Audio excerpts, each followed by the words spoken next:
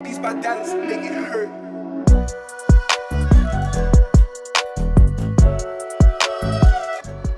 Hello everyone, this is Nehi Jain and welcome back to Padle 11th is JEE NEET. So I am here with my straight lines वाला chapter to continue my straight lines वाला chapter which is from term 1. तो जैसा कि हमने अभी देखा है कि term 1 और term 2 के हिसाब से we have classified our lectures, we have categorized our lectures and that is for your benefit. उससे आपकी जो पढ़ाई है वो काफ़ी easy हो जाएगी क्योंकि there is no such content yet called term 1 and term 2. ये एक नया initiative है. So we are trying to focus on boards ताकि हम टर्म 1 टर्म 2 अच्छे से जो भी पूरा नया सिस्टम है उसे क्रैक कर सकें और वहीं आपके जो टेस्ट पेपर्स हैं वो थोड़े से मॉडरेट लेवल के हैं बिकॉज़ जो बोर्ड्स की प्रैक्टिस है वो तो आर.डी. शर्मा अगर आप सब्जेक्टिव सॉल्व कर लेते तो बहुत अच्छे से हो जाती है और बहुत हद तक NCERT और क्लास में जो क्वेश्चंस हो रहे हैं उससे हो ही जाएगी. But yeah, I have brought like moderate level questions for your test series and boards level, board से थोड़ा सा अच्छा level practice for our lectures. So without any delay, let's get started. Please follow padle.in on Instagram if you're there on Instagram and please join the Telegram group. Telegram group ऐसे function करता है कि आपके जो भी doubts होते हैं वो एक प्लेटफॉर्म है. बस आपके जो भी डाउट्स होते हैं आप वहाँ पे भेज सकते हैं. फिर वो वाले डाउट्स हम देख लेंगे अगले दिन तक, मतलब 24 घंटे के अंदर you will get your solutions over there. और प्रॉपर जैसे वीडियो सोल्यूशंस मिलते हैं आपको टेस्ट के लिए अगर आपने वो मतलब पैक ले रखा होगा तो which is good for you and you should go for it. तो वैसे ही आपको टेलीग्राम पे वीडियो सोल्यूशंस मिल जाएंगे, प्रॉपर सोल्यूशंस मिल जाएंगे. एंड अदरवाइज भी it is a group place, it is a big platform so you can help each other out. और बहुत हद तक पीयर्स के एक्सप्लेनेशन से बहुत सारे डाउट सॉल्व हो जाते हैं and this is with our experiences. So by moving forward we can continue our chapter straight lines from term 1.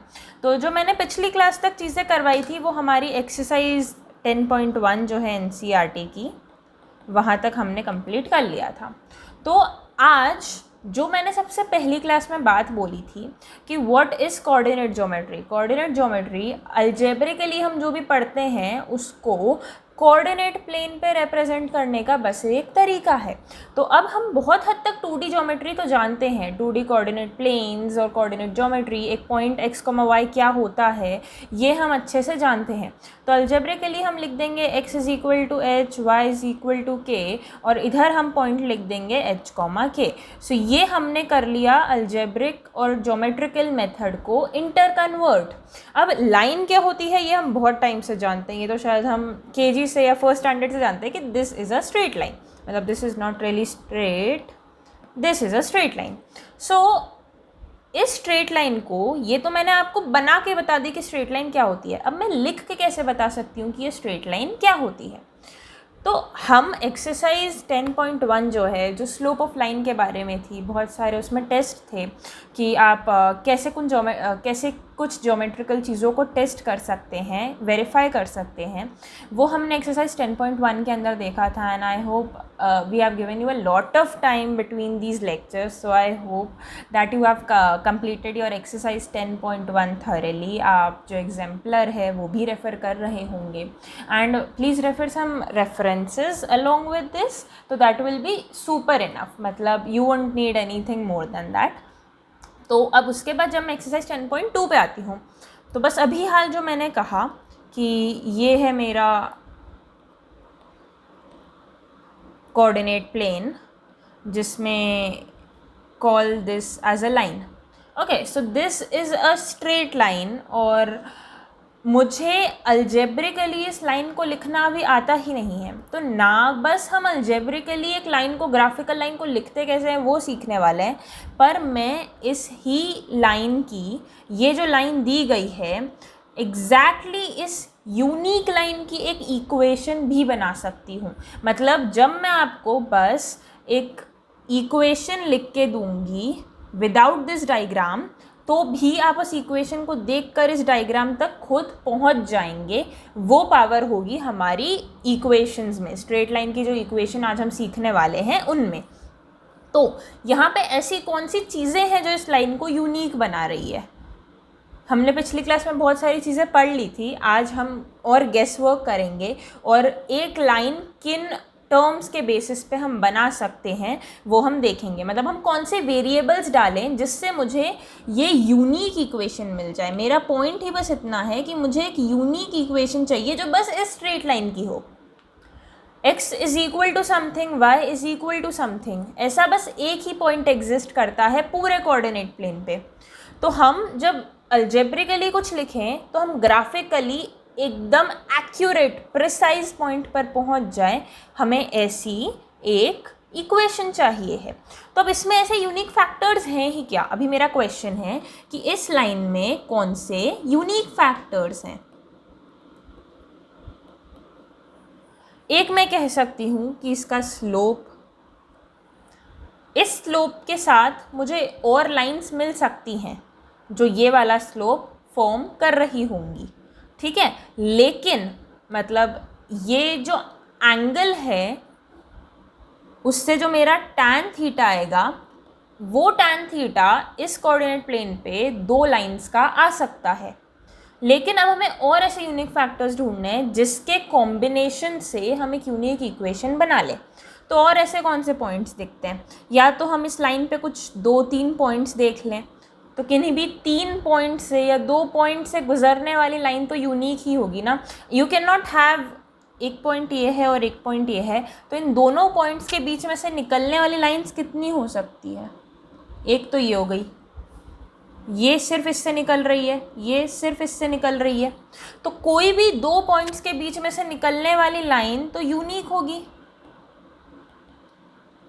ठीक है। तो या तो हमने 2 पॉइंट्स कंसिडर कर लिए या फिर हमने tan थीटा कंसिडर कर लिया। tan थीटा एब्सोल्युटली यूनिक नहीं है, पर tan थीटा के कॉम्बिनेशन में अगर हम एक और कोई चीज़ बिठा लें तो हो सकता है हमें एक यूनिक इक्वेशन मिल जाए।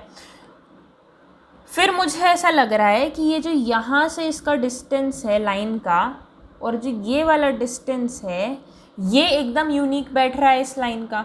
और ऐसी कोई लाइन बता दो जिसका, इसे इंटरसेप्ट्स कहते हैं, मैंने ये पार्ट इंट्रोड्यूस नहीं किया है अभी तक।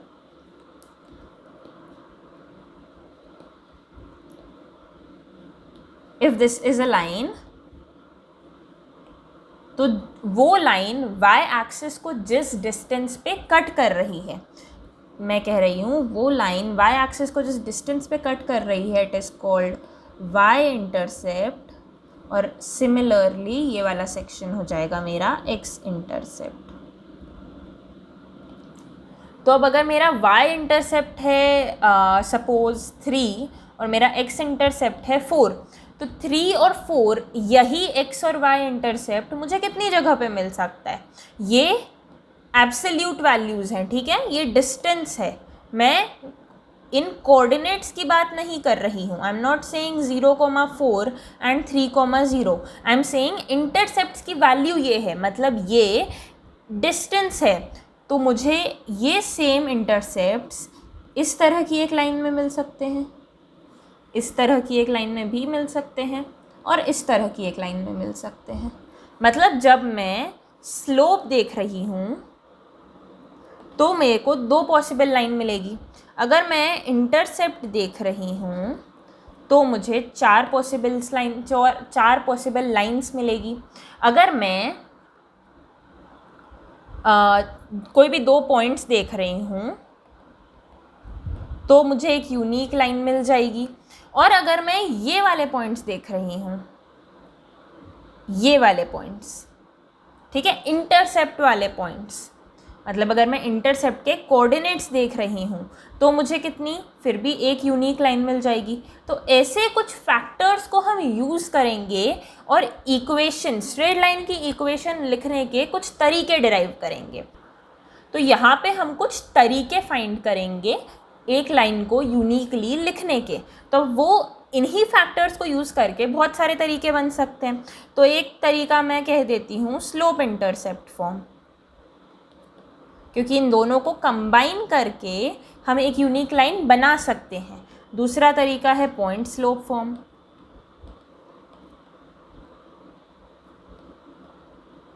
कोई एक पॉइंट ले लो और स्लोप ले लो, एक यूनिक लाइन मिल जाएगी। तीसरा तरीका है 2 पॉइंट फॉर्म।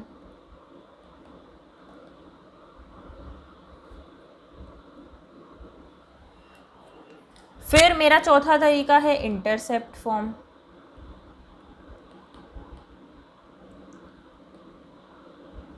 और एक और नया तरीका है मेरे पास नॉर्मल फॉर्म। तो ये जो सारे हैं ये तो काफ़ी इजी टू अंडरस्टैंड है, काफ़ी लॉजिकल है। जो नॉर्मल फॉर्म है वो थोड़ा सा ट्रिकी लगता है इनिशियली, बट आगे चलकर यू विल गेट इट। तो इतने सारे फॉर्म्स हमने डिराइव ही क्यों किए, या इतने सारे फॉर्म्स हम यूज़ क्यों करते हैं, तो उसका रीज़न बस इतना सा है कि कभी क्वेश्चन में बोला जा सकता है, कभी क्वेश्चन में कुछ ऐसा डेटा दिया होगा और हमें इक्वेशन बनाने के लिए कहा होगा। जैसे I will move forward with a question. अगर मुझे क्वेश्चन दिया है find the equation of a line passing through 1, 2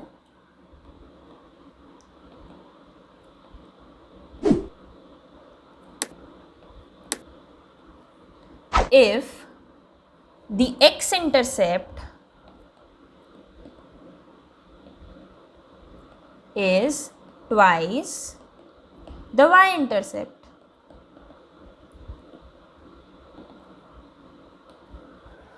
तो इधर जो हमारा x इंटरसेप्ट है वो y इंटरसेप्ट के डबल है, ये एक इन्फॉर्मेशन मिल गई, ये हमारी एक इन्फॉर्मेशन, और इस पॉइंट के थ्रू वो पास हो रही है, ये हमारी दूसरी इन्फॉर्मेशन। तो इन दोनों चीज़ों को यूज़ करके हमको एक लाइन बनानी है। अब अगर वो क्वेश्चन में स्लोप दे देते सपोज लाइन का, या फिर क्वेश्चन में 2 पॉइंट्स बता दे कि इन दोनों पॉइंट से लाइन पास हो रही है, तो हमारा डेटा चेंज हो रहा है। और कुछ भी हमें डेटा मिले, हम इनफ पॉसिबल डेटा को यूज़ करके लाइन बना सकें, ये हमें आना चाहिए। वो सारे के सारे forms, all these forms are interconvertible. मैं स्लोप इंटरसेप्ट फॉर्म को नॉर्मल फॉर्म में कन्वर्ट करके बता सकती हूँ, पर हमें क्या डेटा दिया गया है, उस डेटा को यूज़ करके हम करेक्टली एक लाइन निकाल लें, इसके लिए तो हमें सारे के सारे फॉर्म्स अच्छे से आने चाहिए, और वो सारे हमारे स्ट्रॉन्ग भी होने चाहिए, और वो सारे इंटर कन्वर्ट कैसे हो सकते हैं हमें ये भी पता होना चाहिए। तो इस क्वेश्चन को हम आगे डील कर लेंगे, इस क्वेश्चन को आगे हम बहुत ईजीली सॉल्व कर लेंगे। अभी ऐसे क्वेश्चंस अगर हमें आते हैं तो हमें कैसे डील करना है, उसके लिए हम ये टॉपिक को आगे बढ़ाते हैं और ये टॉपिक पढ़ते हैं। तो सबसे पहले I guess I will start with slope intercept form.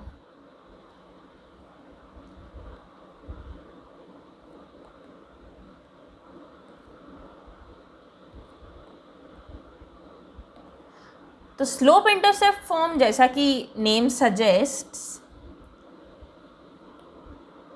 if this is my line, तो सबसे पहली चीज़ हमें क्या देखनी है, स्लोप। तो मुझे इधर इस लाइन का स्लोप पता है m, ठीक है, ये मुझे दिया गया है। और दूसरी चीज़ हमें क्या पता होना चाहिए, इंटरसेप्ट। अब अगर हमें स्लोप पता है तो किसी भी एक इंटरसेप्ट से हमारा काम हो जाएगा, हमें दोनों इंटरसेप्ट की ज़रूरत नहीं है। तो अगर मैं लेती हूँ ये वाला इंटरसेप्ट, ठीक है, अपने लाइन के जनरल फॉर्मूले में, और इस इंटरसेप्ट को मैं नाम दे देती हूँ c, तो मेरा मतलब इधर c क्या है, y इंटरसेप्ट, और मेरा m क्या है, स्लोप ऑफ लाइन। तो ये जो फॉर्म है इसकी इक्वेशन हम लिखेंगे y is equal to mx plus c। y is equal to M X plus C, ये लिखाएगी हमारी इक्वेशन। अब आप इधर डाल के देखिए कि अगर x की वैल्यू मैं रखती हूँ 0, क्या कह रही हूँ मैं, x की वैल्यू रखो 0, तो आपको मिल जाएगा y इज इक्वल टू सी।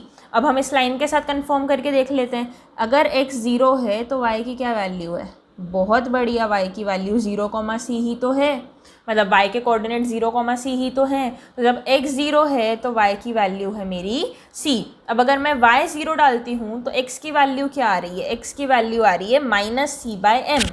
तो ऐसे बहुत सारे ऑब्जर्वेशंस हैं जो हम इस लाइन से कर सकते हैं, और ये हमने करेक्ट लाइन लिखी है, करेक्ट पॉइंट लिखा है, ये मैंने आपको इस बात से प्रूव करके बता दिया। तो ये बस है हमारा स्लोप इंटरसेप्ट फॉर्म, आपको धीरे धीरे याद हो जाएगा और ये बहुत ट्रिकी नहीं है याद करने के लिए। y is equal to mx plus C, where m is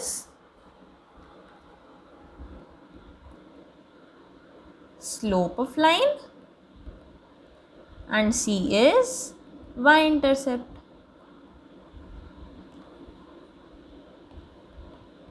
बस ये कंप्लीट हो गया हमारा स्लोप इंटरसेप्ट फॉर्म। अब मैं आगे आती हूँ अपने सेकंड वाले पे, which is point slope form.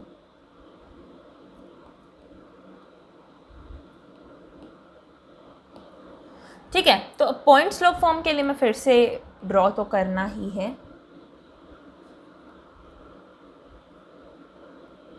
If this is my line और मुझे इस लाइन पे कोई भी एक पॉइंट दिया गया है, ठीक है, एक तो स्लोप दिया गया है, तो एक तो मुझे इस लाइन का पता है स्लोप ऑफ लाइन, और दूसरा मुझे एक रैंडम पॉइंट पता है, ठीक है। तो मुझे मानिए ये वाला पॉइंट पता है x1, y1। तो अब ये दोनों पॉइंट्स को यूज़ करके ये क्या है, ये है point on line. On line है ये पॉइंट, ये मेन बात है। अब here I will consider y as my general coordinate of this point. तो कैपिटल Y और कैपिटल X क्या है, कोई भी जनरल पॉइंट, ठीक है, मतलब कैपिटल Y और कैपिटल X है मेरे स्ट्रेट लाइन के x और y के कोएफिशिएंट्स, सॉरी कोएफिशिएंट्स नहीं, x और y वेरिएबल्स। तो capital Y minus y1 is equal to m capital X minus x1। ये है मेरा पॉइंट स्लोप फॉर्म। इसे भी प्रूव कर देते हैं। यहाँ पे आप कन्वर्ट करिए तो आपको मिलेगा m is equal to Y minus y1 upon x minus x1। और जैसा कि मैंने कहा x और y क्या है, कैपिटल X और कैपिटल Y, या फिर आप उसको लिख लीजिए स्मॉल y और स्मॉल x। तो कैपिटल Y कैपिटल X या स्मॉल y स्मॉल x क्या है, इस लाइन का कोई भी पॉइंट, लेकिन वो है इसी लाइन पे। तो अगर इस लाइन का कोई पॉइंट और x1 y1 के बीच में मैं स्लोप निकालती हूँ तो वो तो ऐसे ही निकलेगा। ये जो इक्वेशन है ये सिंपल से स्लोप ऑफ लाइन के फॉर्मूले में कन्वर्ट हो जा रही है, जो हमने पहले ही पढ़ रखा है। मतलब ये स्लोप ऑफ लाइन का फॉर्मूला करेक्ट फॉर्मूला है, ये हमें अच्छे से पता है। तो इसका मतलब ये जो मेरी इक्वेशन है ये वेरीफाइड इक्वेशन है, ये सही इक्वेशन है। यहाँ पे हमने क्या यूज़ किया, हमने एक यूज़ किया स्लोप ऑफ लाइन और दूसरा यूज़ किया a point on the line. इन दोनों चीज़ों को यूज़ करके हमको मिल गया ये इक्वेशन।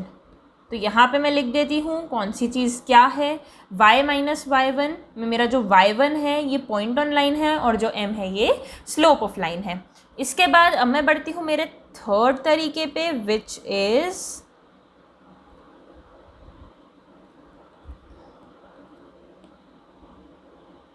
Two point form. ठीक है, तो टू पॉइंट फॉर्म के लिए अब आपको भी तरीका समझ आने लगा होगा कि हम क्या कर रहे हैं। टू पॉइंट फॉर्म के लिए हमें बस क्या चाहिए, हमें दो पॉइंट्स चाहिए इस लाइन के ऊपर। ये वाला पॉइंट मैं कह देती हूँ x1, y1 और एक और दूसरा पॉइंट मैं ढूंढ लेती हूँ x2, y2। ठीक है, अब कोशिश करिए आप लोग मेरे साथ कि जो पॉइंट स्लोप फॉर्म था उसको यूज़ करके मैं टू पॉइंट फॉर्म खुद से कन्वर्ट कर दूँ। तो पॉइंट स्लोप फॉर्म में एक तो हमने पॉइंट यूज़ किया, यहाँ पे पॉइंट हमारे पास है, यहाँ पे हमने दूसरा स्लोप यूज़ किया, पर दूसरे स्लोप की जगह हमारे पास यहाँ पे दूसरा पॉइंट है। तो हमें जो स्लोप है बस उसे क्या करना है, उसे करना है सब्स्टिट्यूट या उसे करना है कॉम्पनसेट। तो अब स्लोप की जगह पे हम क्या लिख सकते हैं, मतलब एक तरीके से मुझे बस अगर इस लाइन का स्लोप पता चल जाए तो मैं उस स्लोप को इधर m की जगह पे लिख दूंगी, पॉइंट स्लोप फॉर्म के m की जगह पे लिख दूंगी, तो मुझे टू पॉइंट फॉर्म मिल जाएगा। तो स्लोप का फॉर्मूला तो मैंने पिछली क्लास में ही देखा था, y2 minus y1 upon x2 minus x1। क्या कहते हो, मैं स्लोप को स्लोप पॉइंट फॉर्म में अगर डाल दूँ, पॉइंट स्लोप फॉर्म में अगर डाल दूँ तो क्या मुझे टू पॉइंट फॉर्म मिल जाएगा। तो ये मुझे मिलेगा y minus y1 is equal to y2 minus y1 upon x2 minus x1 into capital X minus x1। अब ये कहलाता है मेरा 2 पॉइंट फॉर्म। अब इसे कैसे प्रूव कर सकते हैं, इसे कैसे वेरीफाई कर सकते हैं? फिर से हमारा y minus y1 upon x minus x1 is equal to y2 minus y1 upon x2 minus x1 आ गया। ये तो हमने पिछले फॉर्मूले में देख लिया था m होता है, और ये तो हमने खुद लिखा कि ये m होता है क्योंकि हमें पता है ये m होता है। तो अब दोनों सेम लाइन के स्लोप हैं, दोनों सेम लाइन के स्लोप हैं। अगर मैं एक लाइन का स्लोप इस पॉइंट और इस पॉइंट से ढूंढ रही हूँ और उसके बाद सेम लाइन का स्लोप इस पॉइंट और इस पॉइंट से ढूंढ रही हूँ, तो स्लोप थोड़ी ना बदल जाएगा लाइन का एंगल तो वही है, लाइन का स्लोप तो वही रहेगा। तो जो रेशो है y2 minus y1 upon x2 minus x1 वो सेम रहेगा, चाहे y2 y1 x2 x1 की वैल्यूज़ उसी लाइन पर चेंज होती रहे, लेकिन जो ये y2 minus y1 upon x2 minus x1 है दिस विल रिमेन कांस्टेंट। तो m is equal to m, इसलिए ये जो हमारा फॉर्मूला है ये वेरीफाइड है, और 2 पॉइंट फॉर्म का फॉर्मूला ये होता है, ये हम बहुत अच्छे से समझ चुके हैं। अब मुझे आगे बढ़ना चाहिए इंटरसेप्ट फॉर्म पे। This is going a lot quick,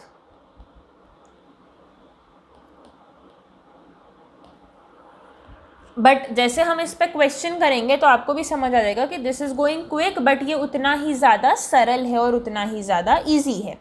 तो अब यहाँ पे हमें क्या करना है, दोनों के इंटरसेप्ट्स दिए होंगे, ये हमें समझ आ रहा है, और उन इंटरसेप्ट्स को यूज़ करके हमें फाइंड करना है स्ट्रेट लाइन।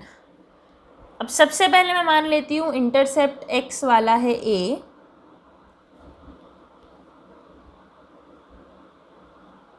और y वाला है b, तो दिस इज x इंटरसेप्ट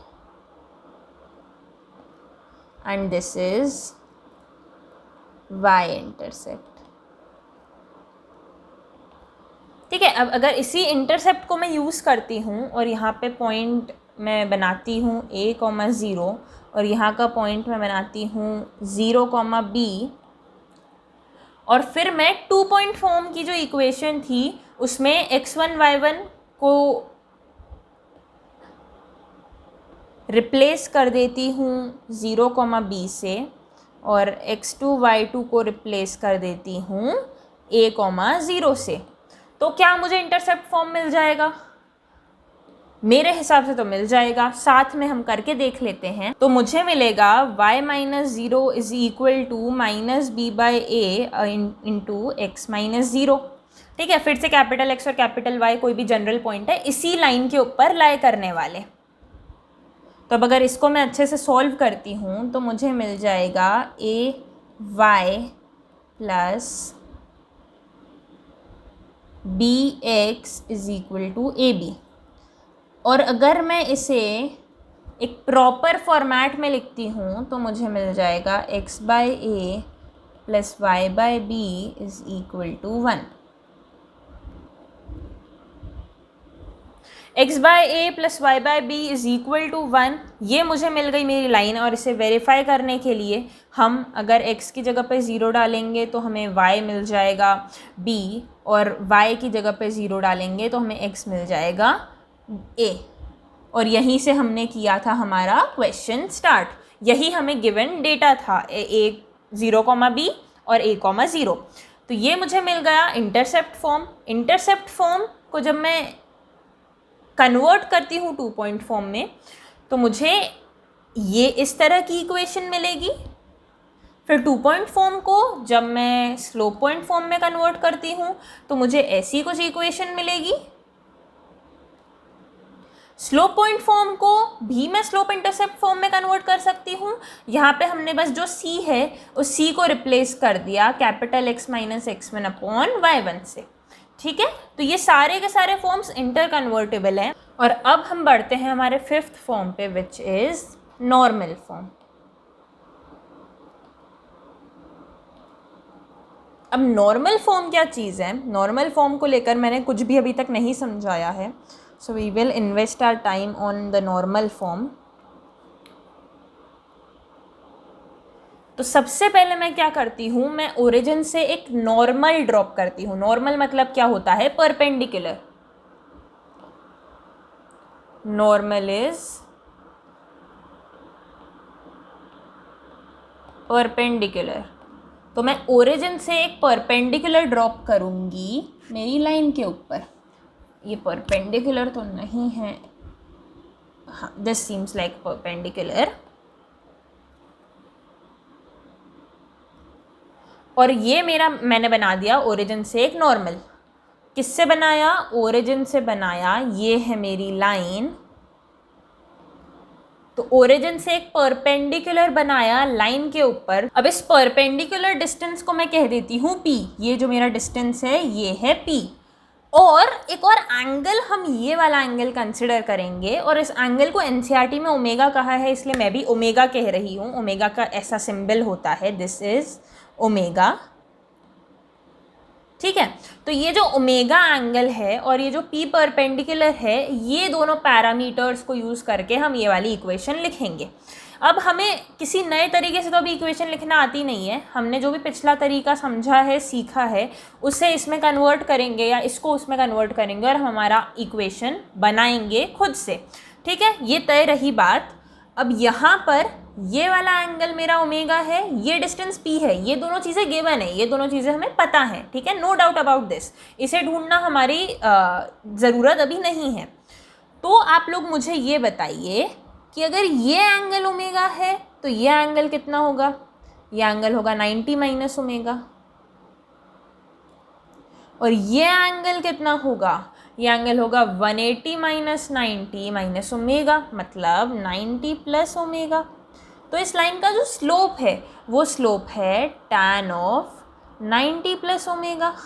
इसका मतलब स्लोप है माइनस कॉट ओमेगा.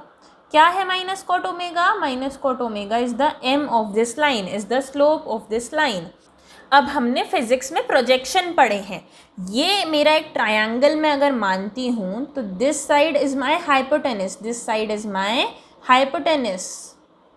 ये एंगल 90 है, ये एंगल ओमेगा है, और ये जो लेंथ है ये p है. मेरी परपेंडिकुलर की लेंथ p है. तो मेरे हाइपोटेनस की लेंथ इधर क्या होगी, मेरे हाइपोटेनस की लेंथ होगी p अपॉन कॉस ओमेगा.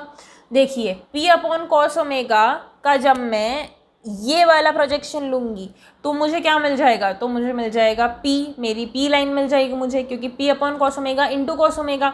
और उसी तरीके से ये वाला मेरा जो प्रोजेक्शन होगा ये होगा p अपॉन साइन ओमेगा, क्योंकि p अपॉन साइन ओमेगा का ये वाला प्रोजेक्शन मतलब p upon sine omega into sine omega मिल जाएगा मुझे p. तो ये मुझे p अपॉन कॉस ओमेगा मिल गया, x intercept. p upon sine omega मुझे मिल गया y इंटरसेप्ट. तो इस क्वेश्चन में मुझे क्या क्या मिल गया, इस क्वेश्चन में मुझे स्लोप मिल गया, इस क्वेश्चन में मुझे y इंटरसेप्ट मिल गया, x इंटरसेप्ट मिल गया. तो इसे मैं 2 पॉइंट फॉर्म से कर सकती हूँ, इसे मैं स्लोप इंटरसेप्ट फॉर्म से कर सकती हूँ, इसे मैं सिर्फ इंटरसेप्ट फॉर्म से भी कर सकती हूँ. और बस अब ये मेरा जो क्वेश्चन है ये मेरे पिछले क्वेश्चन में कन्वर्ट हो चुका है. डिफरेंस बस इतना सा है, हमारे जो पैरामीटर्स हैं वो है एक परपेंडिकुलर डिस्टेंस फ्रॉम ओरिजिन और एक है angle made by the perpendicular with x axis. p और ओमेगा कौन सी दो खास चीज़ें हैं, p और ओमेगा. ठीक है, तो सबसे पहले तो मैं लिख लेती हूँ इसका इक्वेशन. मैं इंटरसेप्ट फॉर्म यूज़ कर रही हूँ, x upon p upon cos omega plus y upon p upon sine omega is equal to 1. इसका मतलब x cos omega plus y sine omega is equal to p. ठीक है, ये रही बात. तो ये मुझे मिल गया मेरा स्लोप इंटरसेप्ट, सॉरी ये मुझे मिल गया मेरा normal form using intercept form. Intercept form की लाइन यूज़ करी, नॉर्मल फॉर्म के पैरामीटर्स डाल दिए, वैल्यू सब्स्टिट्यूट कर दी, मुझे मिल गया नॉर्मल फॉर्म की इक्वेशन. यहाँ पे इस इक्वेशन को मैं कैसे प्रूव कर सकती हूँ, x को 0 डाल दो, y की क्या वैल्यू मिलती है, y को 0 डाल दो, x की क्या वैल्यू मिलती है. या फिर मैं इधर निकाल लेती हूँ स्लोप. अब एक रैंडम सी लाइन, समझिए मुझे लाइन दे रखी है A X plus B Y plus C is equal to 0। ऐसी तो हमने कोई लाइन अभी तक पढ़ी भी नहीं, या ये तो कोई जनरल फॉर्मेट हमने पढ़ा भी नहीं, बस ऐसा हम लिखते आए हैं बहुत टाइम से। तो इसका अगर मुझे स्लोप निकालना है तो स्लोप बेसिकली क्या होता है ना, negative of coefficient of X upon coefficient of Y. अगर मैं ये कर लूँ तो मुझे मिल जाएगा स्लोप। इसका मतलब इस लाइन का स्लोप है माइनस ए बाई बी। और अगर दो पॉइंट्स दे रखे हैं तो स्लोप होता है y2 minus y1 upon x2 minus x1, मतलब difference of y coordinates upon difference of x coordinates. तो अगर दो पॉइंट दिए हैं तो ऊपर आता है y का डिफरेंस, नीचे आता है x का डिफरेंस। और अगर एक लाइन दे रखी है तो ऊपर आता है x का कोएफिशिएंट और नीचे आता है y का कोएफिशिएंट। ठीक है, कोएफिशिएंट की बात करें तो ऊपर x नीचे y, पॉइंट्स के डिफरेंस की बात करें तो ऊपर y नीचे x। ये निकालने, एक स्लोप निकालने का मैंने दूसरा तरीका यहाँ पे सीखा, समझा। तो इस जगह पे अगर मैं उस तरीके से स्लोप मेरा लिखती हूँ तो वो लिखाएगा minus cos omega upon sine omega. कितना है स्लोप? Minus cot omega. तो भैया ये तो यही है जो हमने इधर कैलकुलेट किया था, ये तो tan ऑफ 90 प्लस ओमेगा ही है। इसका मतलब ये है मेरा normal form, verified, full proof, sound एकदम। तो ये मैं यूज़ कर सकती हूँ मेरे नॉर्मल फॉर्म के लिए। और मैं मेरे सारे फॉर्म्स में क्या क्या यूज़ हुआ अब उसकी एक लिस्ट बना लेती हूँ, सारे फॉर्म की जनरल इक्वेशंस को रिवाइज कर लेती हूँ। फिर हम करेंगे कुछ questions and we will be done with our exercise 10.2 and this lecture. And we are moving too fast but too smoothly. तो मुझे नहीं लगता आपको कोई दिक्कत आनी चाहिए। फिर भी अगर दिक्कत आ रही है तो no worries, you not lagging behind. आप फिर से ये वाला लेक्चर देख लीजिए, आप काफ़ी प्रैक्टिस कर लीजिए, आप एनसीईआरटी एक बार सॉल्व करके देखिए। बहुत सारी चीज़ें ऐसी होती है जो लेक्चर में समझ नहीं आती है, बट हम जब प्रैक्टिस करने बैठते तो हमें अच्छे से समझ आ जाती है। तो try doing that and I guess you will be good to go. Okay, so यहाँ पे सबसे पहले मैंने देखा था मेरा स्लोप इंटरसेप्ट फॉर्म,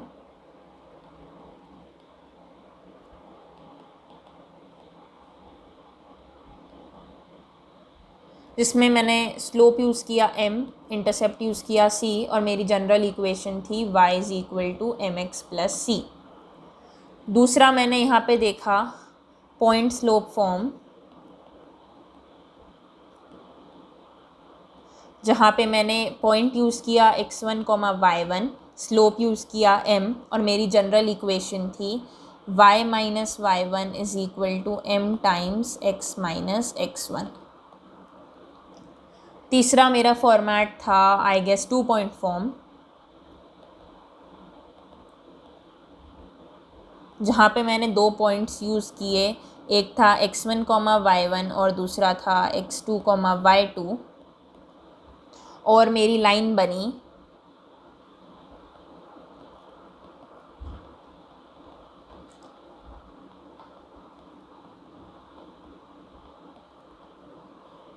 मेरा चौथा वाला फॉर्मेट था intercept form,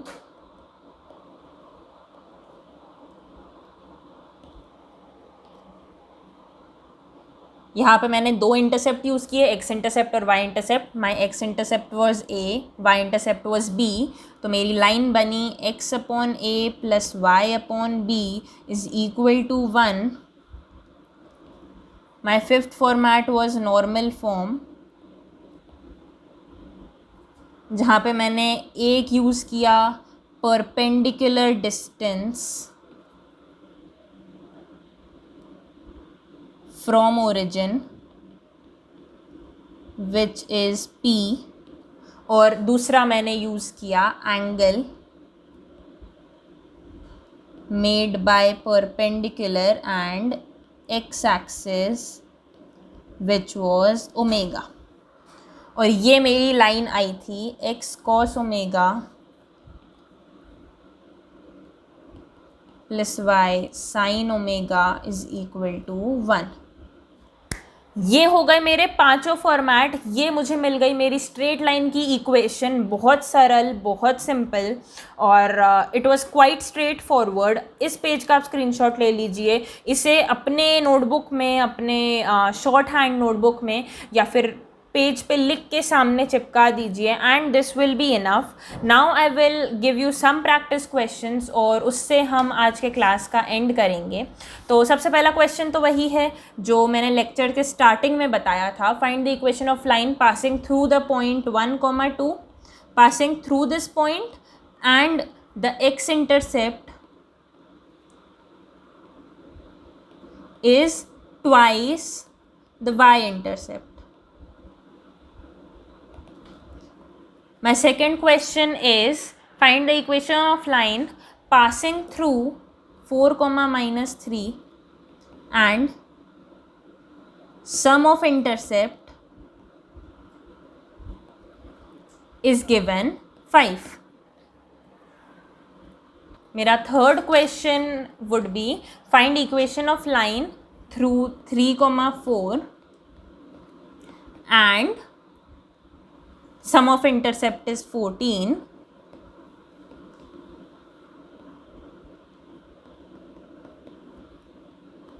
Fourth question would be find the equation of line through 2, -3 and inclined at an angle 135 degree with positive x-axis. यहाँ पे पॉजिटिव एक्स एक्सिस दिया हो या नेगेटिव एक्स एक्सिस दिया हो या कौन सी एक्सिस से इंक्लिनेशन है वो बहुत ज़्यादा मैटर करता है, क्योंकि उससे कौन से एंगल का हमें टैन कैलकुलेट करना है वो काफ़ी हद तक चेंज हो जाता है. तो उस चीज़ का बहुत ध्यान रखना होता है. Another question would be find the equation of line with slope -1 and cutting of an intercept 4 units on the negative direction of y axis. ये क्या कह रहे हैं? cutting an intercept of 4 units on the negative direction of y axis. ठीक है. So this is all for today. These 5 questions आप practice करके अगली क्लास में आना. सो अगली क्लास में we will solve these 5 and a lot more of practice on this topic. तो I will give you little hints. यहाँ पे हमें एक तो पॉइंट दे रखा है x1, y1 और हमें a is equal to 2b दे रखा है. इस क्वेश्चन में we are given x1, y1 और a plus b is equal to 5 दे रखा है. इस क्वेश्चन में again x1, y1 and a plus B is equal to 14 दे रखा है. इस क्वेश्चन में x1, y1 एंड मेरा जो m है वो है tan of 135 degree which is -1 ये दे रखा है.